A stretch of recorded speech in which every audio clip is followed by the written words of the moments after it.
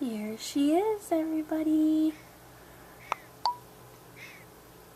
She's sleeping right now, and so is Allison, so I figured, why not?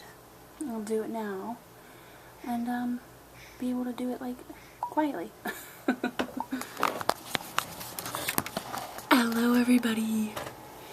She's here. Today is July 1st. She is 4 days old today. Okay, so I go straight into how everything happened. So we go, I think in the video I said that they told me I was going to be called Monday or Tuesday. Well, they ended up calling me and telling me Sunday. So how freaking awesome. One more day sooner. Yeah, sure. So they call us and tell us to be there between, or on the 26th. And that someone will call us the morning of the 26th between 8 and 12. So we're up early, we're ready to go, and the phone rings 7:45, and my heart just, it stopped. I'm like, oh my god. It was the hospital, and they said to be there between 9:30 and 10. So we had a little bit of time to relax and spend with Allison and stuff, but it was so exciting. Like, I didn't cry, I didn't get emotional. I did the night before, though, with Allison. When she fell asleep and I went to lay her down, I just held her and just cried like a big baby. But I think that helped me to say bye to her then, so that I wouldn't cry when I was saying bye to her leaving the morning of the induction. Okay, so we get there like right at 9:30, like right on time, and I think we waited for like a half an hour, maybe a little less than a half an hour, and they get us to our room, and I go pee and get in a gown and everything like that. And I wrote everything down. Well, Derek wrote everything down, the times and stuff. At 10:35, I got my blood taken and my IV put in, which was perfect. I still got the sticky tape stuff, but it didn't even bruise or anything. It was awesome. So got that going, and at 11:30 they put the first pill in there to soften stuff, because I was still only 1 centimeter, or no, 1 centimeter and long and starting to soften. So I didn't have any changes from my last check, which was just a few days before that. Excuse me. Okay. Couple hours after that, they come and put these leg compression things on me that fill with air and let out and fill up and let out. And because of the blood clot that I had before, they just wanted to, you know, I'm going to be laying in bed, they wanted my legs to be like they were moving. They felt amazing. I freaking loved them. It felt like I was getting a massage. I was loving every minute of it. Okay. And right as they put those on, I swear it was like a minute later, I felt my first contraction. It was like, I think they relaxed me so much that it just let labor come. It was so strange. So then they check me after 4 hours after the first pill, and I don't think I made any progress. I think I just softened a little more. I don't think I dilated anymore. So they put the next pill in for 4 more hours, and these hours were flying by. It was amazing. It was freaking awesome. Me and Derek were loving it. We're just chatting it up and laughing and watching TV. We were playing, oh gosh, do I have it sitting there? Oh, I don't think I do. Oh wait, right here it is. We were playing this. We were playing travel size Guess Who game, and we were having a blast with it. So 4 more hours go by with that second pill, and they check me, well, around 5 o'clock, my contractions started to get a little bit stronger, it felt like, and they checked me at 10 to 7, p.m. This is p.m. by now. And I was 2 centimeters. And they told me they were going to start Pitocin soon. So they started Pitocin at 7:30. Oh, mind you, while these 2 4-hour pills were going by, I was allowed to eat a clear tray of food, which just was like Jell-O and chicken broth, things like that. So that was kind of nice that I wasn't like starving all morning long. 7:30 p.m. they started the Pitocin, which it didn't like slam me. They started it like 2 drops an hour and slowly every half hour added a couple more drops. It didn't slam me at all.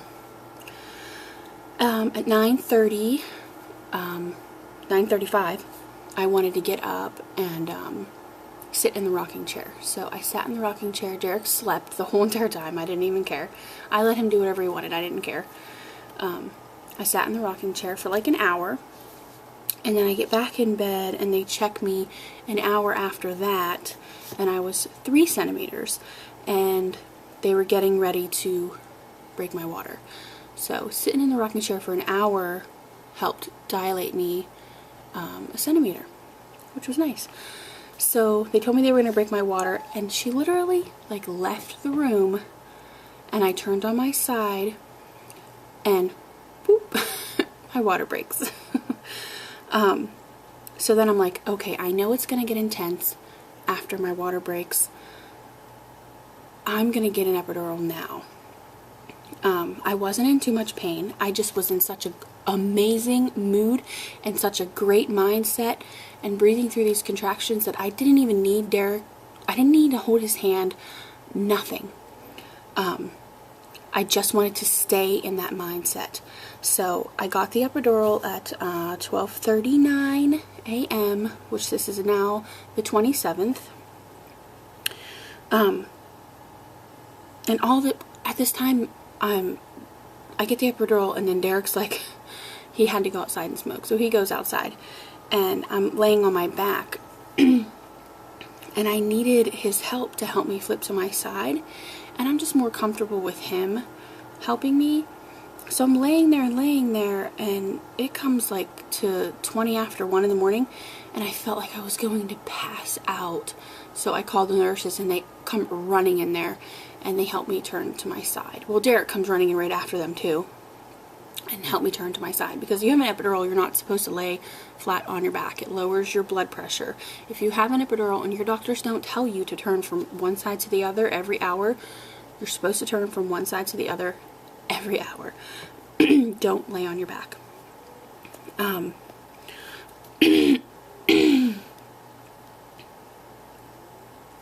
Excuse me, my throat got all dry. So,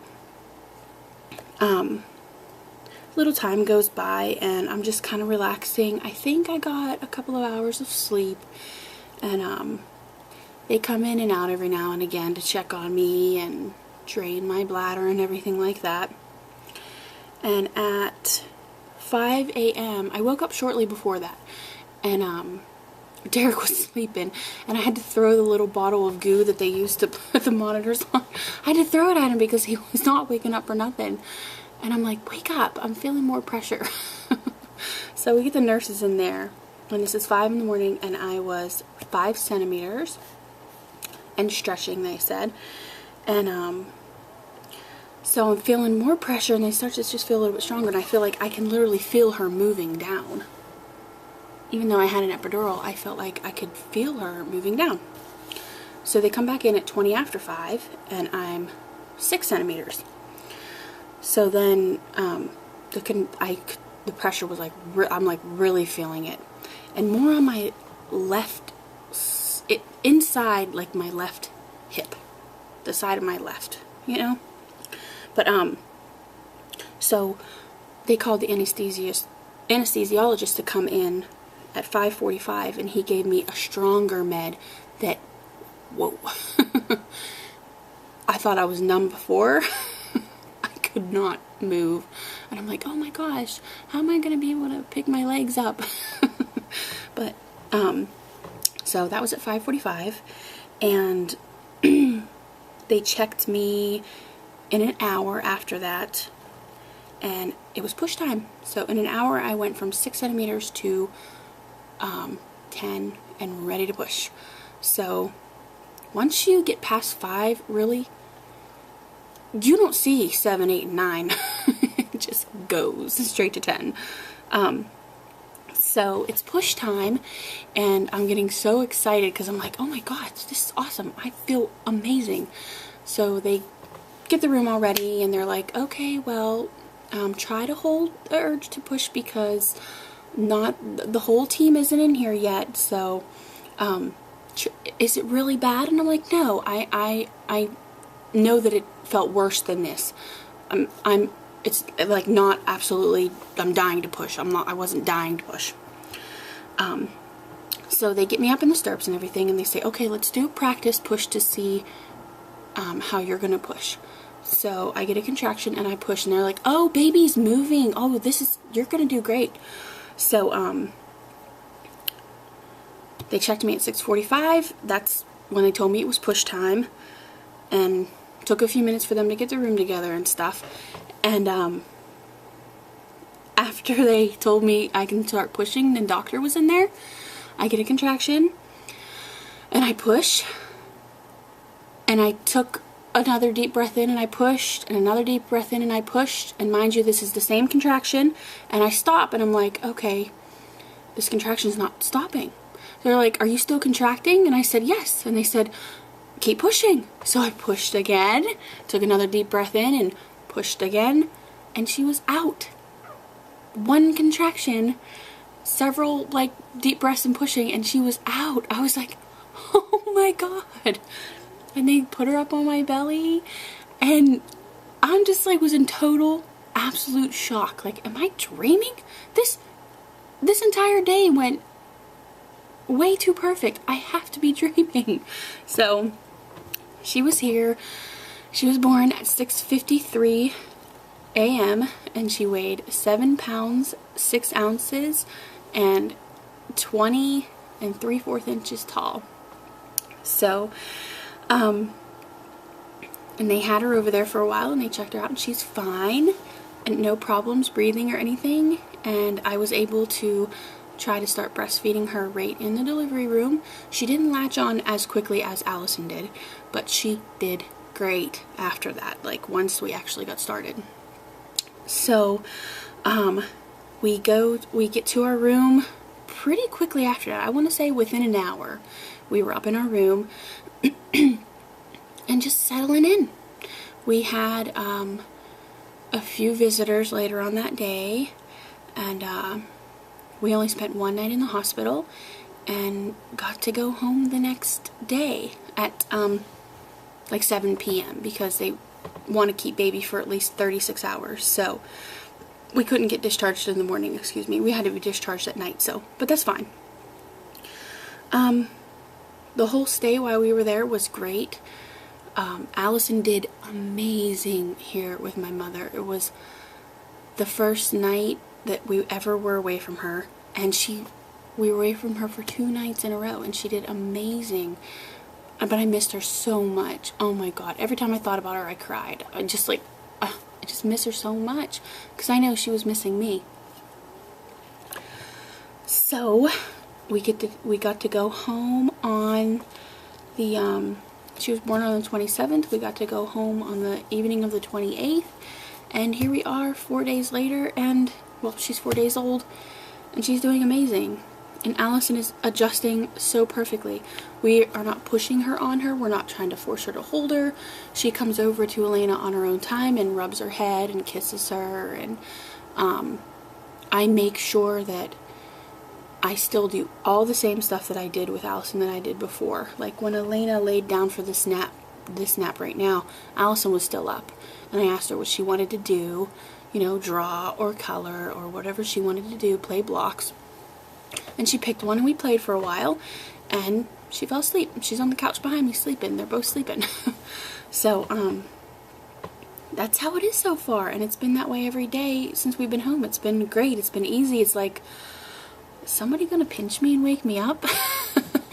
Because I'm just loving this. We go outside, and we play. I take Alaina outside, mostly just in a diaper and a blanket, because she had a little bit of jaundice, not a lot, and it's going away. And being out in the sun, not direct sunlight, but being out in the sun helps the jaundice to go away faster. And we had her doctor's appointment today. She was 7 pounds when we were discharged from the hospital, and she weighed 7 pounds today. And the doctor said she'll gain about an ounce a day and be up to her birth weight by the time she's 2 weeks old, which is what their goal is, which is she's perfectly, on track for that. But it was Allison's appointment too, and she's 31 pounds and 38 inches tall, and she's perfect, the doctor said. And here's the little thing from the hospital. Look. This is the little monitor that they put on her belly right when she comes out, the little heart monitor. Isn't it just adorable? They gave us that for us to keep. So, that's our labor and delivery story, and it could not have gone any more perfect in my eyes. I mean, of course, shorter, but I'm not complaining. It was wonderful. And I know we only want 2 kids, but if someone told me that it would be exactly like this every time I had kids, I'd have 10 more. And I want to let everybody know that while I was in labor and updating on Facebook, my phone was going off like crazy. And every now and again I would get a message from Facebook with you guys saying such sweet things, and I was just like, it boosted me. Every time I got one, it boosted me. It was awesome, and I want to thank you all for that, every one of you, because it was like I had you all there with me at my side, and it was just great. I'm gonna get all emotional now. But I'm doing great. I feel amazing. Like, I don't feel like I did with Allison. Oh my god, postpartum with Allison was horrible, like the scariest thing I've ever went through in my life. And with Alaina, I feel absolutely normal. Oh, and I forgot to mention that I tore just a tiny bit. It's literally like 3 stitches within this much of space on top. With Allison, I ripped on the bottom really bad, inside and outside. This one was on the outside and just real tiny. Couldn't have gone any more opposite with the pregnancies and deliveries. So, okay, I don't know how long the video is, but again, thank you everyone for caring and watching and being there for me on Facebook and here on YouTube. I love you all so much. I will update as soon as I can. Like, I don't know, I don't want to let you guys miss out on it too much either. I kind of want to update when she's like 3 months old. I will update as soon as I can. Bye everybody.